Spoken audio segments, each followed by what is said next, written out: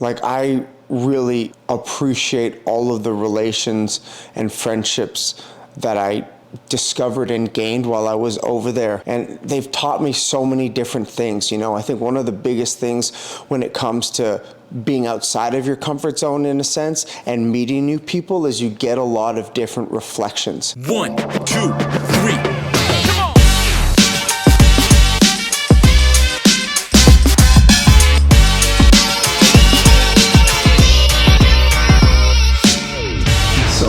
Perfect. What's up, man? How you been? Yo, I've been good. Been really good. Been good. You've been on a little hiatus. You've been gone for 3 to 4 months now. Yeah. Why did you choose Bali out of all the other countries?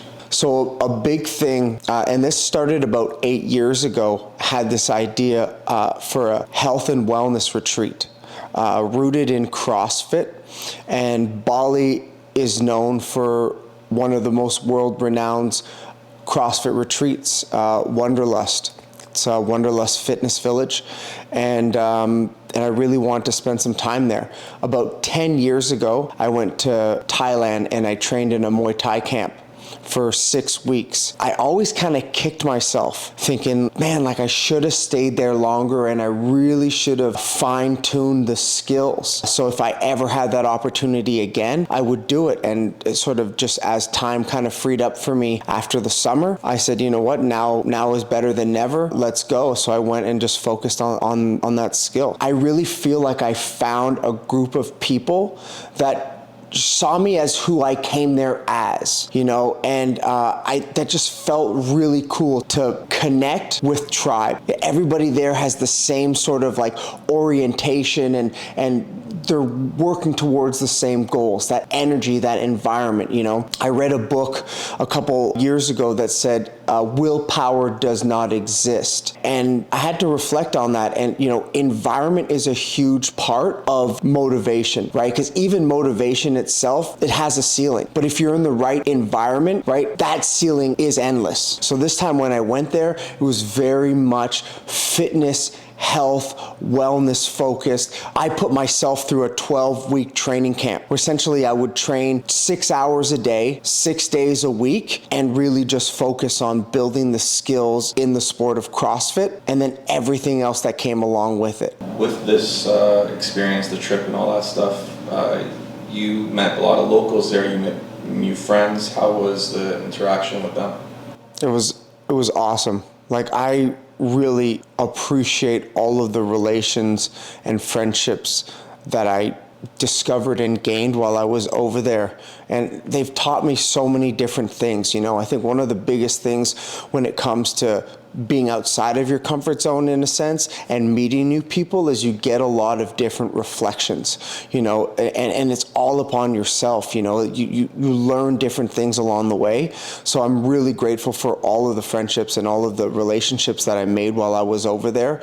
And a lot of them, it was just easy. You know, it was easy because it just felt like it fit. Same mindset kind of thing. Yeah, a lot of similar mindsets. Like that place, the CrossFit Wonderlust, is a hub for a lot of people who are on the same path. There's a lot of online coaches. There's a lot of personal trainers. There's a lot of people there striving towards bettering themselves. And I think just from the ground up, in all capacities of that statement, it rings true. You went into that trip as Pat Newton.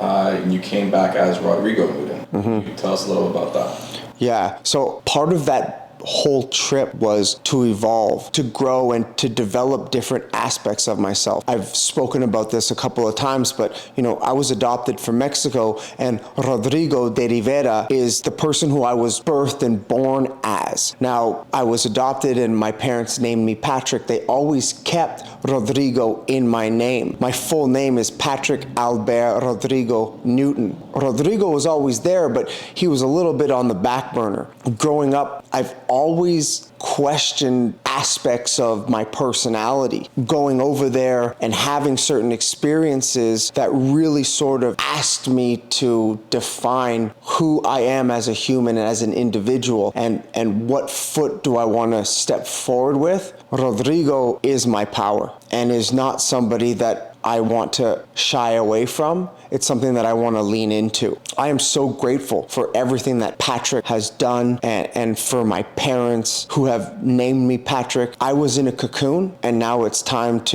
morphin time. And it's time to really step into that new Rodrigo is that person. The realization of Rodrigo, did that come before or after the ayahuasca ritual? It came during second night of the ayahuasca experience. I went into the retreat already kind of planted a seed, like, what's my nickname, like what, like, you know, because Pombo was always my nickname, and my IG before Chef Pat Newton was Pombo's World.